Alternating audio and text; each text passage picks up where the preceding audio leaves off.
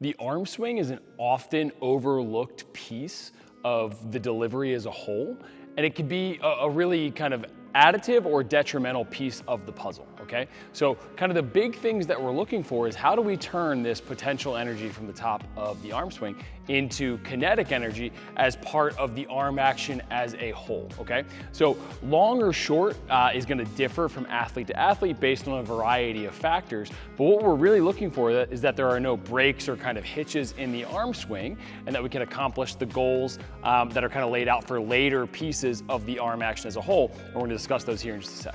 So a really important part of the arm swing is how does it fit into the rest of the delivery as a whole in terms of kind of timing and rhythm, okay? So does that arm swing allow us to get to this deeply kind of retracted and horizontally abducted position? Again, the depth of that will kind of vary athlete to athlete. Does it allow us to kind of create this stretch across the pec that's gonna give us this reflexive firing right across the whole shoulder complex as a whole going into the acceleration phase?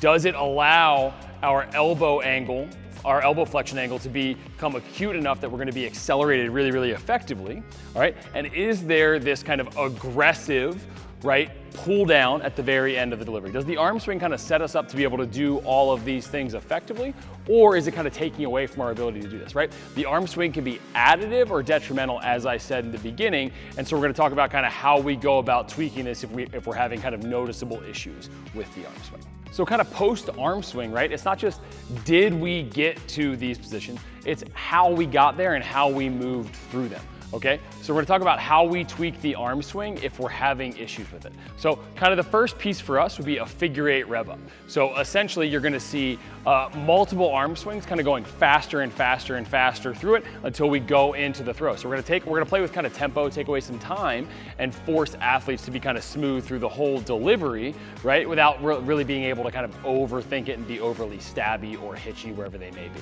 The second will be kind of a self-toss variation, right? It's another variation that we like a lot. Again, allows you to be athletic, kind of catch the ball on the downswing, carry it through the whole throw. The next one, we'll kind of add some pelvic rotation to this.